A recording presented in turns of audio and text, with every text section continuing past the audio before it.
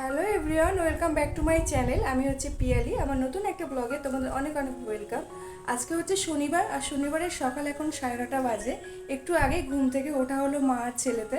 আর ঘর তো আজকে পুরোটাই খালি, মানে বাবা চলে গেছে, মাও চলে গেছে, আর বোনের ছেলে, মানে আমার ছোট বুড়ো আর কি, সেও চলে গেছে। তাই খুব মনটা খারাপ, ঘরটা খালি খালি লাগছে।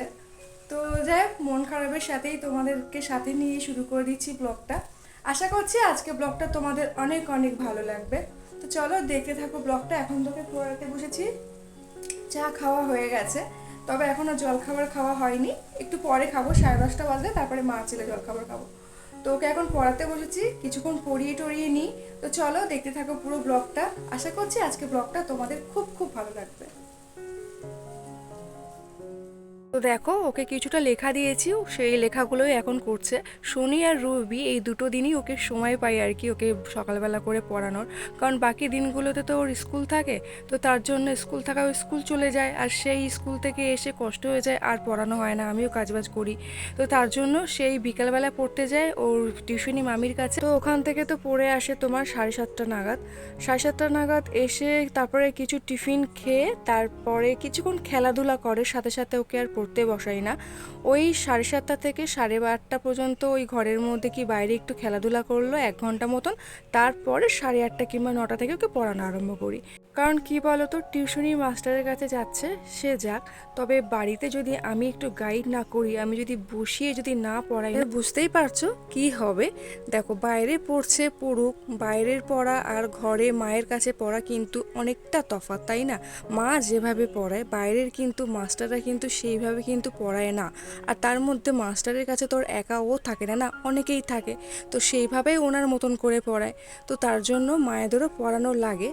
তবে হ্যাঁ, হয়তো আমি বাড়ি আছি, তো তার জন্যই আমি এই কথাটা বলতে পারছি। যদি আমি কাজবাজ করতাম বাইরে গিয়ে, তো তখন হয়তো আমি আমার ছেলেটাকে পড়ানোর একদমই সময় পেতাম না।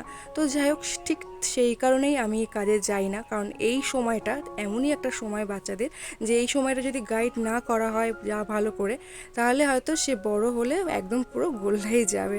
আর এই ছোট টাইমটাতেই তো মেন না। কারণ ধরো আমি যদি চলে যেতাম, তাহলে হয়তো কোথাও বেরিয়ে যেত, কোথাও খেলাধুলা করতে যেত সারাক্ষণ, এরকম একটা বাইরের প্রতি নেশা হয়ে যেত না। তার মধ্যে মাও বলে যে না, আমি বাইরে যাই কিন্তু তুই থাক, অন্তত এই ছোট বয়সটাতে তোকে পাবে, আর তুই গাইডও করতে পারবি, তোকে একটু ভয়ও পায়, তো তার জন্য তুই বাড়ি থাক, আমি যাই।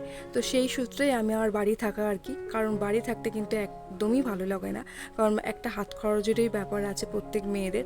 তো যাই হোক, তবুও আমি ম্যানেজ করে চলি, মাও কিছু দেয়, তো তার জন্য আমি বাইরে যাই না, ঘরেই থাকি। এখন অনেক বুঝি, যতদিন না মা না হয়েছি কিছু বুঝতাম না, এখন মা হয়েছি বলে অনেকটাই বুঝি। আর এটাও বুঝি না, ছেলে মেয়েদের মানুষ করতে গেলে কতটা কষ্ট ভোগ করতে হয় মা বাবাদেরকে। তো যাই হোক, এখন নিজে মা হয়েছি, তো তাই অনেকটাই বুঝি না, অনেক কষ্ট করি বাচ্চা কাচ্চাদের মানুষ করতে হয়। এটাও মাঝে মাঝে মনে পড়ে, হ্যাঁ আমার মাও তো অনেক কষ্ট করে আমাদেরকে মানুষ করেছে।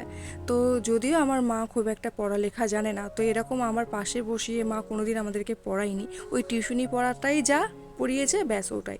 তবে আগেকার টিউশনি পড়ার এখনকার টিউশনি পড়ানোর অনেকটাই তফাৎ, তাই না? আগেকার টিউশনি পড়ালে কিন্তু সেটা হয়ে যেত, কিন্তু এখন মানে বাইরে থেকেও টিউশনি পড়ে আসবে, প্লাস বাড়িতে মাদেরকে না নিয়ে বসালে বাচ্চাদেরকে, মানে তার অবস্থা এরকম, মানে পুরো একদম গোল্লায় যাবে আর কি বাচ্চারা। তো যাই হোক, ওই কারণে সেটা বুঝি এখন, তো ওই কারণে একদম খুবই আপ্রাণ চেষ্টা করছি ছেলেটাকে মানুষ করার। যতটা গাইড করার আমি করব, যতটা পড়ানোর হয়তো ততটা আমি পড়াবো। কিন্তু দেখো, সে বাইরে গিয়ে কি করবে কি না করবে সেটা তো আর আমি জানি না। কারণ কারণ সময়ের সাথে সাথে ও বড় হবে, ওর কয়েকটা বন্ধু বান্ধব হবে, তো সুতরাং বাইরে গিয়ে কি কি করবে তা তো আমি জানি না। কিন্তু ঘরে যখন থাকবে তখন আমি এইভাবেই ওকে, মানে ওর পাশে থাকবো, আর এইভাবে ওকে গাইড করে যাব। একদিন জানো বন্ধুরা, একদিন যখন আমি কোনো দরকারি কাজে বেরোই বাইরে, বাপরে দিদা দাদুর কাছে থাকে, সেই দিন মানে কি যে করে যে তোমাদেরকে বলে বোঝাতে পারবো না। বাইরে চলে যায়, দিদা দাদুর কথা একদম শোনে না, যা বলে করতে তাই করে না, মানে একদম বাজে অবস্থায় থাকে সেই দিন। তো যাই হোক, মানে অনেক দিন আমি দেখেছি লক্ষ্য করে এই জিনিসটাও করে। মাও বলেছে, দেখেছিস তুই কিন্তু কোথাও যাবি না ওকে ছেড়ে, দেখ, ওই কারণে বলি যে বাড়ি থাক। তো যাই হোক, সেটা বোঝাই যায় যে মায়ের কাছেই অ্যাকচুয়ালি বাচ্চারা কিন্তু ভয় পায় মাকে, আর মায়ের কাছে একমাত্র ভালো থাকে। তো মারাও হচ্ছে সেরকম গাইডনেসটা করে, দিদা দাদু আর সেরকম করে না, দিদা দাদু তো একটা আদরের জায়গা, তো তার জন্য দিদা দাদুকে হয়তো ভয়ও খুব একটা পায় না। তবে হ্যাঁ, এটুকু আমি বুঝে গেছি, মানে ওকে ওর দিদা দাদুর কাছে রেখে কোথাও যাওয়া যাবে না, মানে ওই আমাকেই থাকতে হবে এরকম আর কি ব্যাপার। মানে আমি যখন যদি মাঝে মাঝে ভাবি মাঝে মাঝে যে না ওকে রেখে আমি কাজে যাই, ভালো লাগছে না ঘরে, কিছু টাকা পয়সারও তো একটু দরকার আছে, কিন্তু না, সেটা কখনোই হবে না। আমার চিন্তা ভাবনাটা ভুল, আর একটু বড় হোক তারপরে কিনা আমি ওকে, মানে তারপরে ওকে রেখে আমি বাইরে যেতে পারবো। তো যেহেতু ও দিদা দাদুর কথা একদমই শুনবে না, মানে আরও বেশি বাজে হয়ে যাবে, বাইরের দিকে মন চলে যাবে, যা হয় আর কি বাচ্চাদের। তাও আবার এটা মেয়ে নয়, এটা হচ্ছে ছেলে, ছেলেদের একটু উড়ো উড়ো মন থাকে। তো যাই হোক, আমরা বুঝেছি, অন্তত আমি অন্তত খুব ভালো করেই বুঝেছি যে না সত্যি মানে খুব কষ্টকর একটা বাচ্চাকে মানুষ করা। তো দেখো ওখানে আমার ধরতে গেলে সংসারের সমস্ত কাজ হয়ে গেছে, আর তোমরা দেখতেই পেলে আজকে রান্নার মেনু কি কি আছে। তো ওগুলো কাটা বাছা করা হয়ে গেছে, রান্না তো বসিয়ে দিয়েছি, কিছুটা রান্নাও আমার হয়ে গেছে। তো কিছু জামা কাপড় ভিজিয়েছিলাম, সেই জামা কাপড়গুলো এখন কাচছি। আমাদের কি বলো তো, প্রত্যেক দিনই জামা কাপড় বেরোয়, এমন কোনো দিন নেই যে আমি জামা কাপড় কাচবো না। তোমরা তো সেটা দেখোই যে প্রত্যেক দিনই আমি জামা কাপড় কাচছি। তো যাই হোক, প্রত্যেক দিনই আমাদের এত এত জামা কাপড় বেরোয়, কোথা থেকে বেরোয় জানি না। আমার ছেলেরই মনে হয় 2-3টে সেট মনে হয় প্রত্যেক দিনকার জামা কাচতে হয়, আমার কাচতে হয়, মায়ের কাচতে হয়। তো সব কিছু মিলিয়ে অনেক হয়ে যায়। তো এই কারণে কি বলো তো, ডেলিকার ডেলি জামা কাপড় না কাচলে না ওটা আবার জমে যায়, আর জমে গেলে তো অনেক হয়ে যায়, তখন আবার অসুবিধা হয়ে যায়, যেহেতু আমাদের ওইটুকু কুলির মধ্যে ওই যা দড়ি। তো ওই দড়ির মধ্যে পুরো জামা কাপড়গুলো তো ধরে না, তাই পাশের বাড়ি আবার ওখানে বলতে যায় যে তোমাদের দড়িতে মিলবো। তো এইভাবেই ওদল বদল করে মেলা হয় আর কি।